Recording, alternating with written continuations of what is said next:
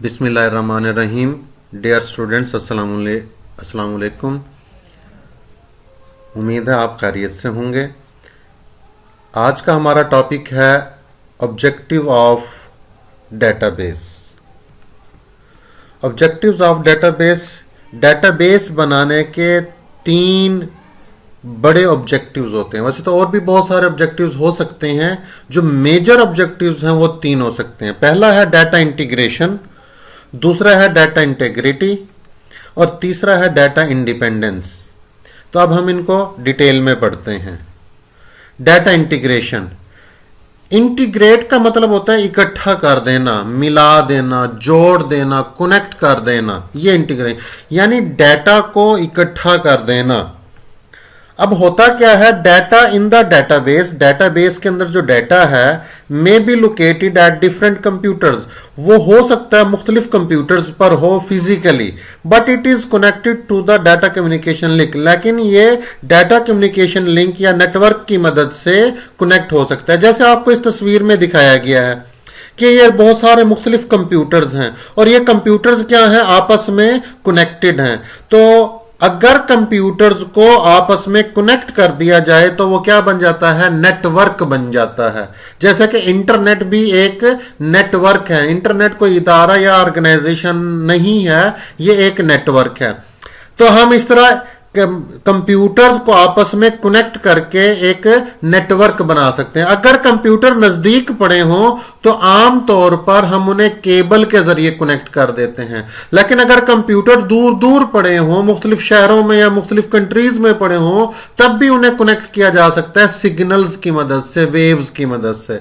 तो हम कंप्यूटर्स को आपस में कनेक्ट करते हैं केबल से या सिग्नल से और नेटवर्क बना देते हैं। अब होता यह है कि जब डाटा जो है वो मुख्तलिफ कंप्यूटर, एक डेटाबेस जो है उसकी कुछ टेबल्स यहां पर है, कुछ टेबल्स यहां पर है, कुछ टेबल्स यहां पर है, कुछ टेबल्स यहां पर है। डेटाबेस एक ही है, लेकिन ये डाटा मुख्तलिफ कंप्यूटर्स पर स्कैटर्ड है, फैला हुआ है, मुख्तलिफ कंप्यूटर्स पर स्टोर है।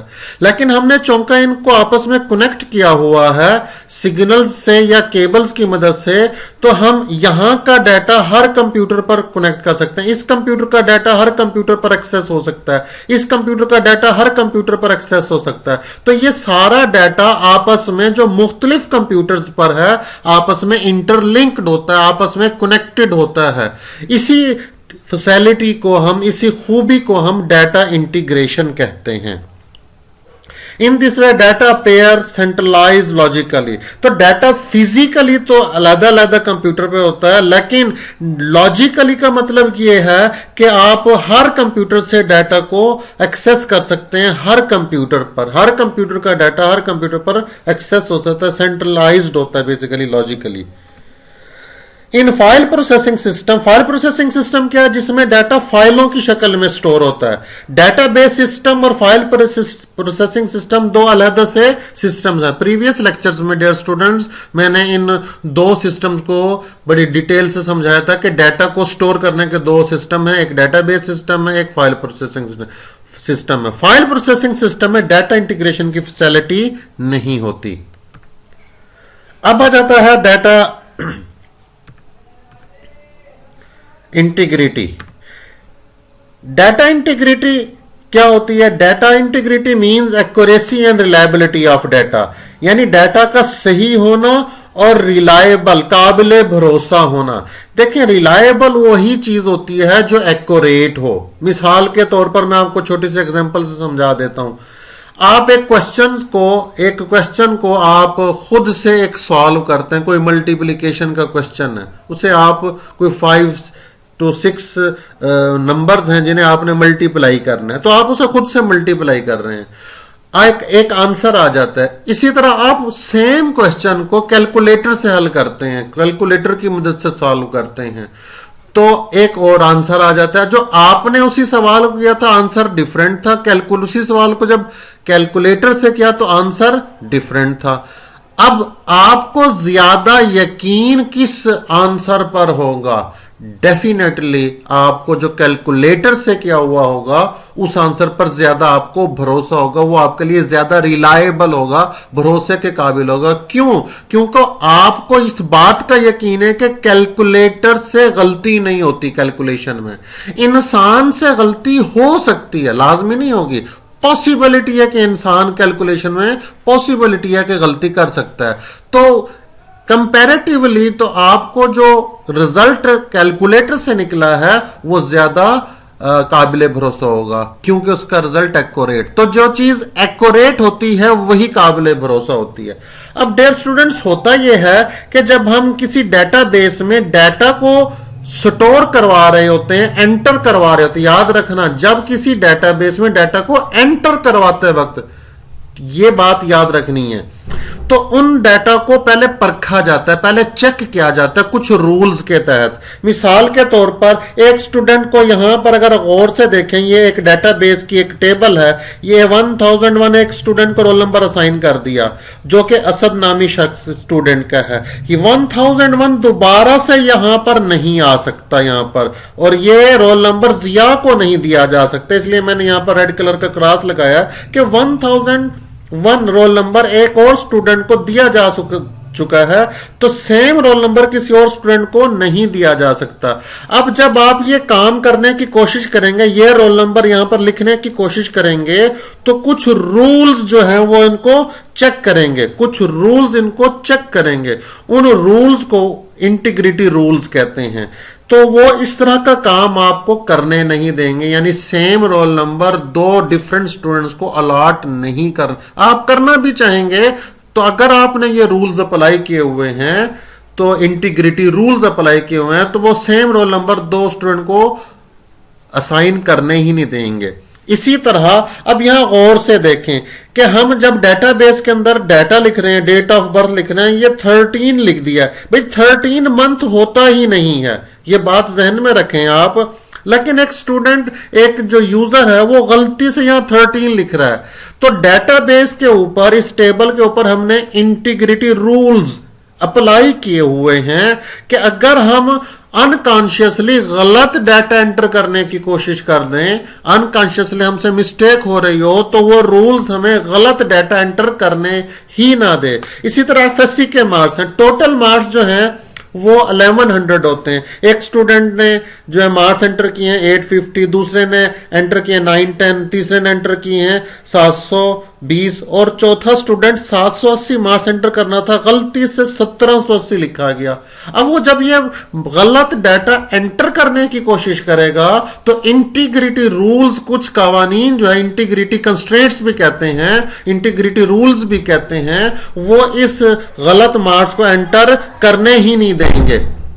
तो ये integrity rules are use, integrity rules इस्तेमाल किए जाते हैं to keep the data consistent and correct, data को कंसिस्टेंट और करेक्ट रखने के लिए। तो सबसे अहम चीज ये होती है कि डेटाबेस के अंदर जो डाटा एंटर किया जा रहा हो वो according to the rules, according to the integrity constraints जो है वो एंटर किया जा रहा हो।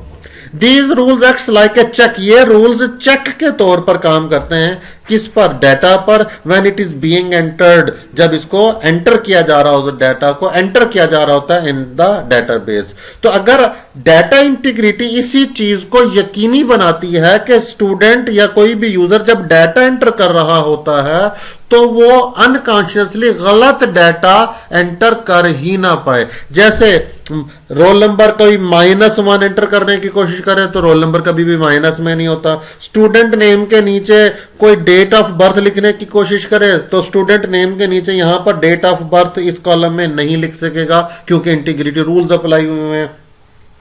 यहां पर कोई ऐसी डेट जो है वो आपने अप्लाई की हुई है, तो ये इंटीग्रिटी रूल्स जो है ये इंसान अपनी अपनी रिक्वायरमेंट, जो डेटाबेस एडमिनिस्ट्रेटर है, जो डेटाबेस को क्रिएट कर रहा है, वो ऑर्गेनाइजेशन की रिक्वायरमेंट के मुताबिक ये रूल्स भी खुद मुतय्यन करता है, ये रूल्स भी खुद डिफाइन करता है।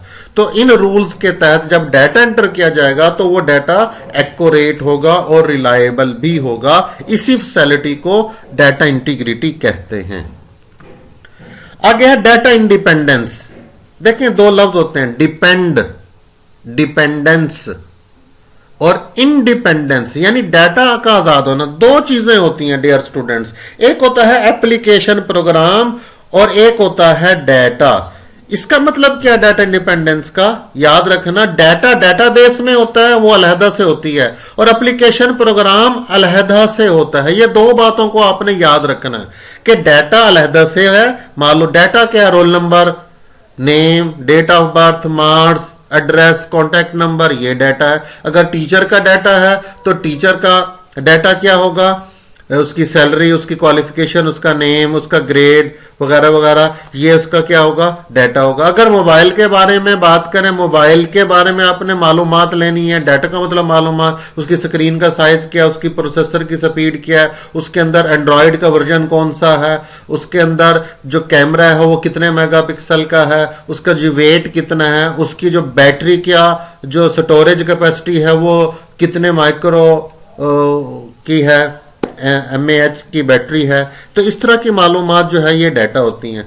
तो जब आप किसी ऑर्गेनाइजेशन का डाटा कलेक्ट करते हैं और डाटाबेस बनाते हैं तो एप्लीकेशन प्रोग्राम अलहदा होता है और डाटा अलहदा से डाटाबेस में स्टोर होता है। इस एप्लीकेशन प्रोग्राम की मदद से डाटा को एंटर किया जाता है, डिलीट किया जाता है, अपडेट किया जाता है। तो ये डाटाबेस सिस्टम में, याद रखिएगा, डाटाबेस सिस्टम में डाटा और एप्लीकेशन प्रोग्राम अलहदा अलहदा होते हैं और इनका आपस में ताल्लुक तो होता है, लेकिन यूजर जो है वो structure, user can change the storage structure and operation on data without changing the application program. Application program को चेंज किए बगैर आप डाटा का स्ट्रक्चर चेंज कर सकते हैं, डाटा के ऑपरेशन चेंज कर सकते हैं।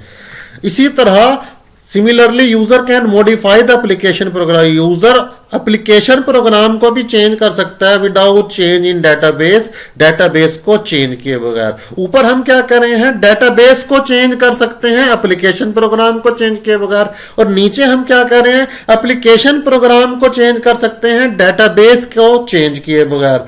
याद रखें, इस फिगर से आपने समझना है, एप्लीकेशन प्रोग्राम और ये डाटा होता है डाटाबेस में, इनका लिंक जो होता है एक सॉफ्टवेयर की मदद से होता है, डीबीएमएस। डाटाबेस सिस्टम अलग है, डीबीएमएस अलग चीज है। डीबीएमएस एक सॉफ्टवेयर होता है, जैसे ओरेकल, एमएस एक्सेस, ये डीबीएमएस है। एप्लीकेशन प्रोग्राम व्हाट्सएप, फेसबुक, ये एप्लीकेशन प्रोग्राम है।